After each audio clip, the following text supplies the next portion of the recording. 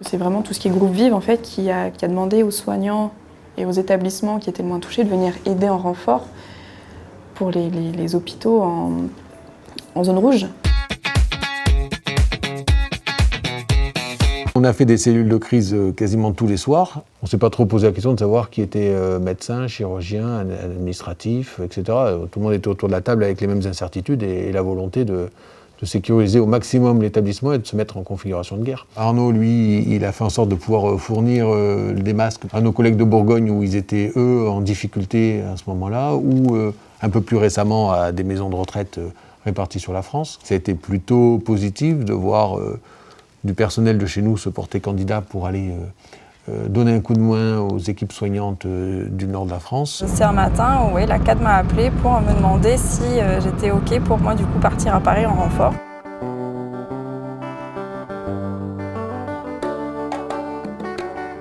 Bonjour. Bonjour. Salut, ça va? On n'a pas. Je vais le chercher à la pharma. Par rapport à Paris, en termes de patients Covid, oui c'est plus calme parce qu'ici on a vraiment été beaucoup moins touchés. C'était vraiment en support, en renfort, parce que le personnel, ils ont dû annuler leur congé.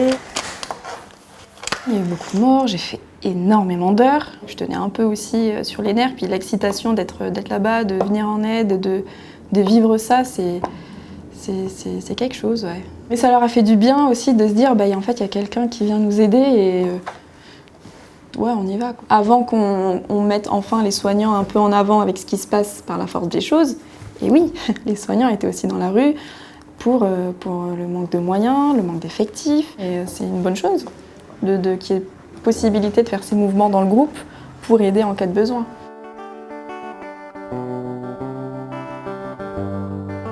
On a montré qu'on était capable de mettre en place des stratégies nationales, cohérentes, soit cohérentes avec le groupe Vive, soit cohérentes avec l'hôpital public, soit avec l'hôpital privé, pour que les choses se passent le mieux possible en termes de prise en charge. On a fait fonctionner nos structures pour le bénéfice de la population et le but c'est quand même au final que les pouvoirs publics nous ressentent comme un acteur incontournable en matière de santé.